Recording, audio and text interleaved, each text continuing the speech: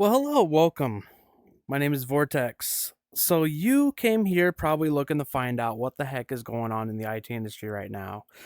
Well, I only have about 7 years experience, but I've seen the worst of the industry. So if you are a college student that is looking to get into the industry, or you're just graduating college, or you're in the industry or you've been in the industry for a long time, congratulations and my condolences. But here I want to go ahead and give you a brief overview of the history of the IT industry as well as how things are going right now. So, to give some context, the IT industry comes and goes in waves when it comes to hiring and losing employees and sort of comes and dips and goes down and stuff like that. So, my little ramble here today will hopefully give you a little bit of a better picture of my observations and what I've been able to see from the industry thus far to help you paint a better picture of how you want to go forward in your career if you should choose to do so. So, the IT industry kind of kicked off in the dot-com bubble when Facebook released. So, you got Facebook, and the internet sort of started to become popularized in the home. So, what ended up happening is the dot-com bubble sort of grew and grew and grew in terms of the IT industry. You got lots of companies, you got tons of big businesses, you got lots of people in this industry. And then you got tons of people at the start of it telling people to go into IT, you're in tech, you're smart. And then all of a sudden, you have too many people that are overqualified. So, you got people that have like lots of knowledge coming out of college, and then all of a sudden you got too many people that are overqualified. What ends up happening, the IT industry starts requiring higher and higher qualifications to the point where towards the end of the dot-com bubble, you had to have either a master's degree or 20 years of experience. The IT industry was not very old at that time. So what ended up happening is there was a market crash. .com died. And then you kind of had like a mass exodus of people from the IT industry. And tech companies started to realize, oh crap, we need people. What ends up happening is people start saying to their kids, oh, you're smart. You're good with tech. Go into college. Go to IT. Start working in the IT industry.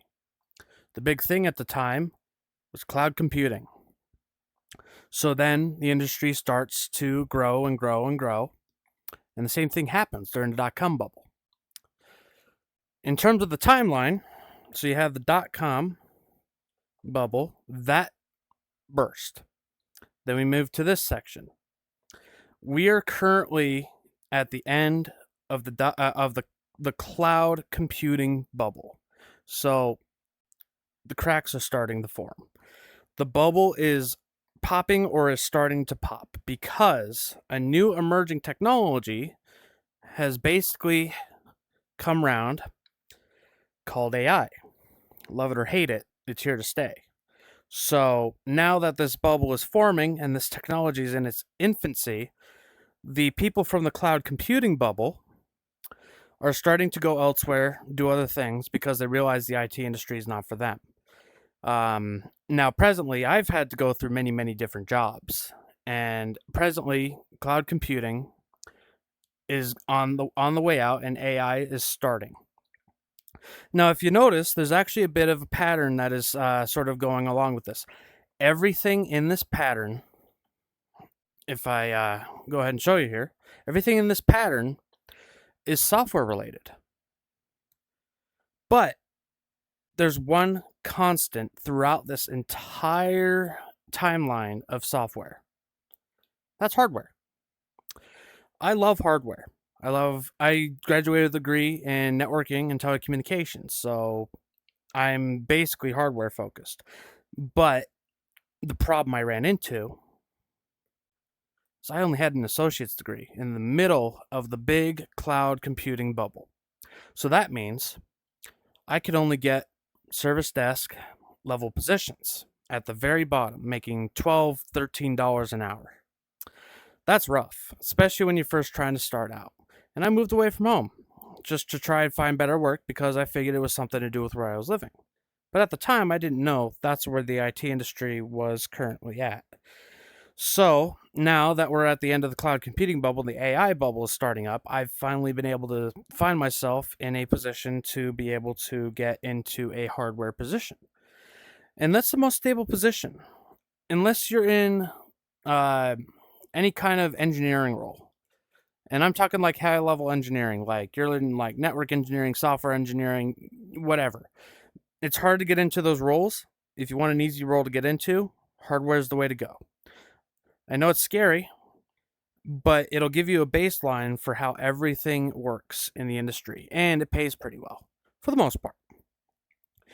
Now, when it comes to getting a job in this, say you're in college, you have a bachelor's coming up, or you're just graduated or something, you have your bachelor's.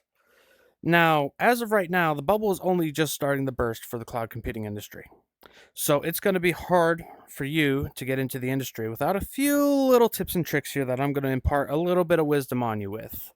So, one thing that you want to do whilst you're in college, or whilst you're in the or graduating or whatever, or if you're just kind of surfing around the industry right now and you're out of college or whatnot, certifications are the big thing, because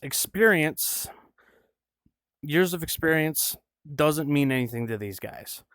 And the collective brain rot up at the top right now of a lot of these big companies, they only see their HR departments and their hiring departments only see the qualifications.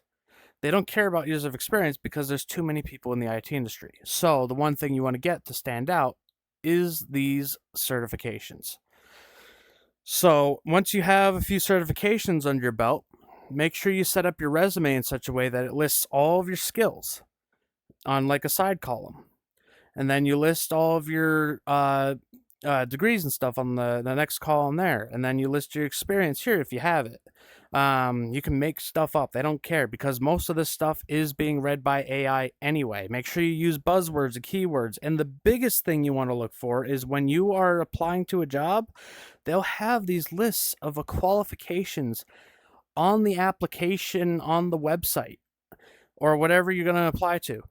Modify your resume to match these qualifications, because the AI is going to read them, or whoever's behind it is going to read them, is like, oh, this matches, because they don't know a thing about the IT industry. Don't assume that the company you're going to work for knows anything about IT. What you want to do is, they hear these buzzwords, you want to match your resume to these buzzwords, and that will be your key to success. Now, another thing you want to do, once you have a job offer, this is something you want to be very careful of. You'll have a couple different kinds of agreements. You'll have a sometimes you'll see a non-solicitation agreement. Those aren't too terribly bad to deal with, because they just basically say you can't solicit their customers or them for any services or anything outside of the company. Then you have non-disclosures. Basically, a lot of these consist of you not telling anyone company secrets. The big one that's in contention right now, non-competes. If a company hands you a non-compete, it's very much a red flag. And make sure you read that non-compete, because sometimes a company, and I've experienced this before, will set it up in such a way where it'll be a career-ending and life-ending experience for you if you don't handle it properly, because a non-compete can say anything. It can say, oh, you can't work within 100 miles of any of our customers or us. For a big national or global company, that could be career-ending, because you can't work in the IT industry for 12 months or longer, whatever they decide. And it gets worse, because sometimes they can put clauses in there where they can sue you for disobeying that non-compete, and your kids and their kids. And that's where it gets a little bit insane. And I've seen this before. You got to be careful with these non-competes. Make sure you read them before you go into a position. And if you turn down that position, tell them, I decline this job because of this non-compete agreement. I will not be signing this. If you really want me to work here, Get rid of that non-compete. And the big thing is, don't be afraid to say no. I know you want to get into a position and you want to be able to make a good impression, but the IT industry, or any industry for that matter these days, does not care about you, the employee. They only care if you're loyal to the company. It's very much a take from you and you give to them. So if you end up in the IT industry, make sure you're doing the best that you can, but don't set the bar higher.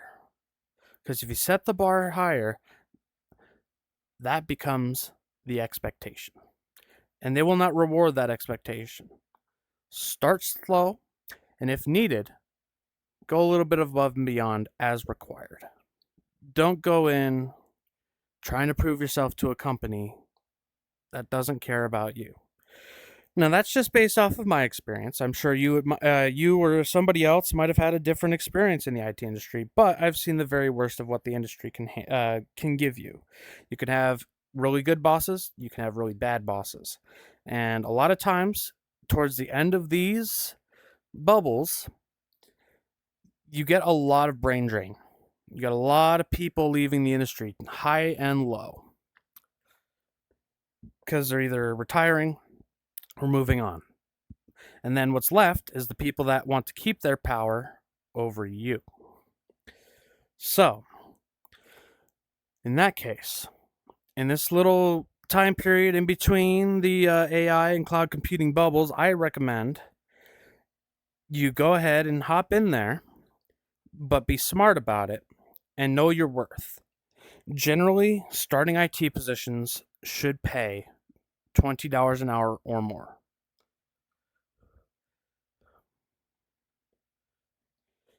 $20 an hour or more is usually the starting pay for any position. Anything less, you're being ripped off, because in the reality is, in this current market, living by yourself, assuming you live by yourself and you don't have anyone or anyone else you're staying with, I was making $19 an hour at my last job. I was barely making the bills, and I couldn't even pay off the debts that I had from moving. So what you want to aim for is something greater than $20 an hour if you're going to be out on your own, and that shouldn't be hard to do. And with that said, that's my knowledge that I've imparted onto you, and my little bit of a ramble should give you a little bit of a jumping off point to do your own research. Dive into subjects that interest you. And the thing is, companies will not train you. One thing you got to be very aware of is you have to self-teach yourself a lot of things in this IT industry, because a lot of companies will not teach you anything about general tech. They will only teach you about their processes, and the processes are different for every company. They use different software, different processes. It will always change, but familiarize yourself with general software suites and anything that a company uses. And then also be looking forward to market trends. So in this case, familiarize yourself with AI. That's going to be the next big thing. So if you want to get into an industry that's going to, more or less change rapidly, because that's how the tech industry always has been, always try to keep yourself informed and learn. I usually learn by getting hands-on with all kinds of software and hardware and all that kind of good stuff.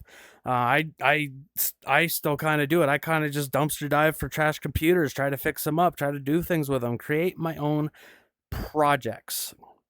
And once you start your own projects, you can start your own little rack with all like little found servers. I usually either go to Facebook Marketplace or whatever, just to find some cheap old computer equipment, because you don't need a lot to learn hardware or software. And I also recommend try emulating some other systems, because a lot of companies, especially big corporations, still rely on old 1980s tech. I, for example, have worked at 3 jobs that have used AS400s. AS400s are IBM servers from like the 80s and 90s. That's old. It's like the green, like you see those old movies with like the green text on a black background. That's that. That's that system right there. So don't be afraid of legacy technology. Don't be afraid to learn. I know you're going to have a lot of stuff that you want to specialize in, but in order to survive in the IT industry, especially as someone that's entry level or even mid level, you have to progress your own knowledge at your own pace. And that's sort of my wisdom and knowledge I wanted to impart on you today. If you enjoyed the video, please like, subscribe. I'm going to be throwing a little bit of these little knowledge videos in here and there, but I will also be putting out some funny, meme content, skits, and stuff like that. So, as for my first little video I wanted to put on my channel that's starring me as my VTuber self, welcome, and I hope you stick around. I will be infrequent with my posting, but I hope you'll stick around for it. I too also have to work and live and have a work-life balance, but when I have the mood for it, I'll go ahead and post a video like this or another, and I hope you enjoy. Have a wonderful day, and good luck to you out there.